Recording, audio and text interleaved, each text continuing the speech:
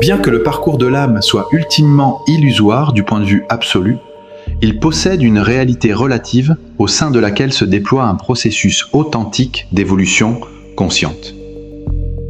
Les traditions non dualistes du Cachemire décrivent comment la conscience, à travers son pouvoir d'auto-limitation, crée des structures de plus en plus complexes pour s'exprimer et se connaître elle-même sous des formes toujours nouvelles.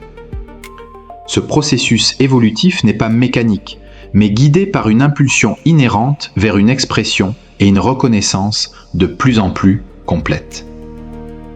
À chaque étape de ce parcours, l'âme est confrontée à des défis spécifiques qui servent de catalyseur pour son expansion. Les expériences de limitation, de souffrance et de séparation ne sont pas des erreurs cosmiques, mais des opportunités précieuses pour la conscience de redécouvrir sa nature illimitée dans des contextes toujours nouveaux. Les textes tantriques parlent de ce processus comme d'un jeu divin à travers lequel la conscience explore la plénitude de ses possibilités, se cachant à elle-même pour le plaisir de se redécouvrir. Ce que nous appelons le retour à la source n'est pas un mouvement spatial ou temporel vers un lieu ou un état extérieur, mais une reconnaissance de ce qui a toujours été présent. Les Upanishads affirment « Celui qui connaît Brahman devient Brahman ». Cette réalisation ne consiste pas à atteindre quelque chose de nouveau, mais à reconnaître ce qui n'a jamais été perdu. Le processus de retour implique la dissolution progressive des identifications limitantes qui ont créé l'illusion de séparation. À travers des pratiques comme l'auto-investigation, la méditation et l'abandon, les voiles de l'ignorance se dissipent, révélant la nature toujours présente du soi. Les traditions non dualistes du Cachemire décrivent ce processus comme une reconnaissance plutôt qu'une acquisition.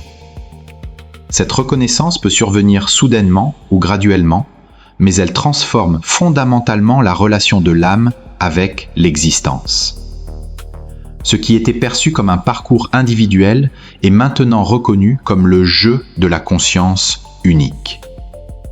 La mort physique, dans cette perspective, n'est qu'une transition dans la continuité de la conscience, une dissolution des formes grossières, tandis que l'essence demeure inchangée.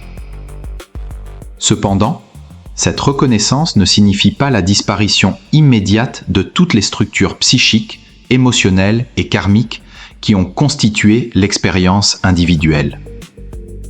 Même lorsque la nature profonde de l'âme est entrevue, les conditionnements accumulés peuvent continuer à se manifester sous forme de peur, d'attachement, de blessures, de désirs ou de réactions inconscientes.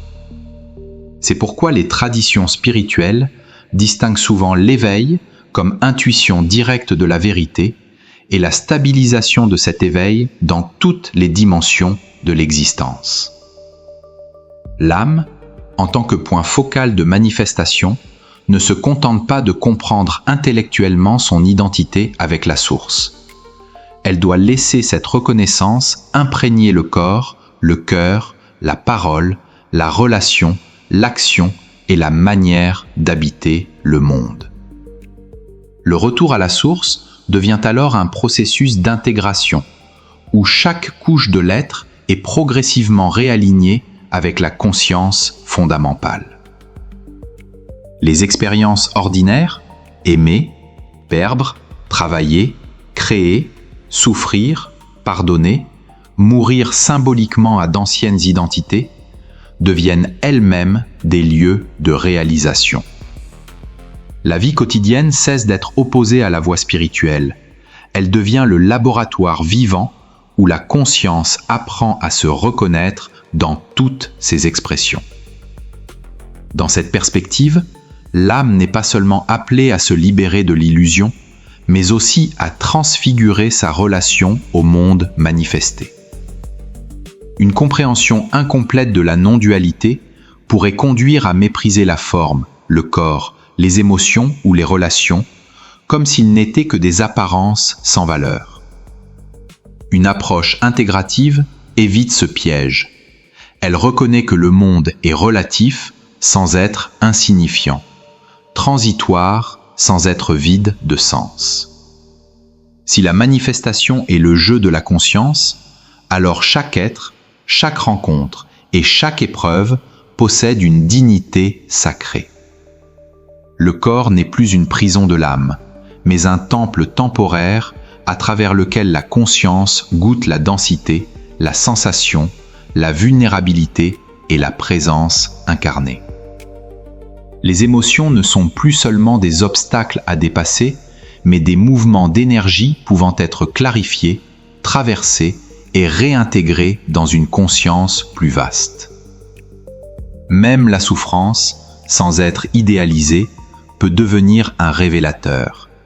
Elle met en lumière les lieux où l'identification demeure contractée, où l'âme se croit encore séparée, menacée ou incomplète. Ainsi, la libération ne consiste pas à fuir l'expérience humaine, mais à y laisser descendre la lumière de la reconnaissance.